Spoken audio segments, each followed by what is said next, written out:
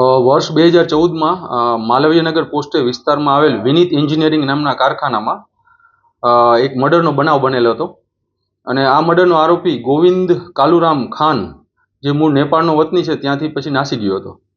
આ આરોપી ઘણા સમયથી નાસ્તો ફરતો હોય રાજકોટ સિટી ક્રાઇમ બ્રાન્ચ આરોપીને પકડવા માટે પ્રયત્નશીલ હતી.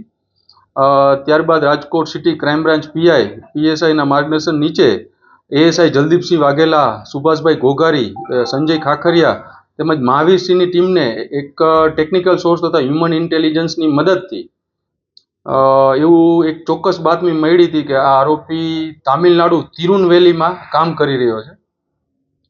ત્યારબાદ આ ટીમને ખૂબ જ મહેનતથી આરોપીને પકડવામાં સફળતા મળેલ છે. હાલ આરોપીને પકડી અને માલવીયનગર પોલીસ સ્ટેશન સોંપવામાં આ આરોપીને પકડવામાં ખૂબ જ મહેનત પડી હતી અમારી ટીમને, કારણ કે આરોપી તામિલનાડુમાં કામ કરતો હતો. ત્યાં એક લેંગ્વેજ બેરિયર આવતું હોય છે, ત્યાં કોઈ હિન્દી બોલતું નથી અને ઇંગ્લિશ પણ ખૂબ જૂજ માણસો જ બોલતા હોય છે.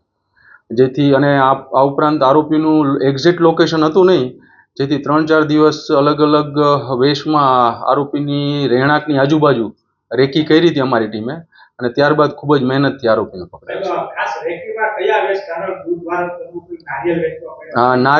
નારિયેલ વેચવાનો ને દૂધનો ને એવા બધાનું મેં જોયેલ, એવા વેશ ધારણ કરેલા.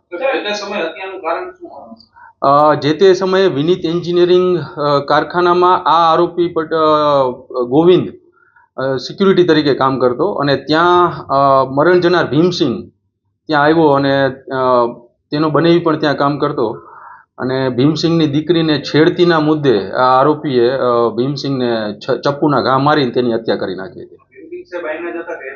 તે પણ નેપાળનો જ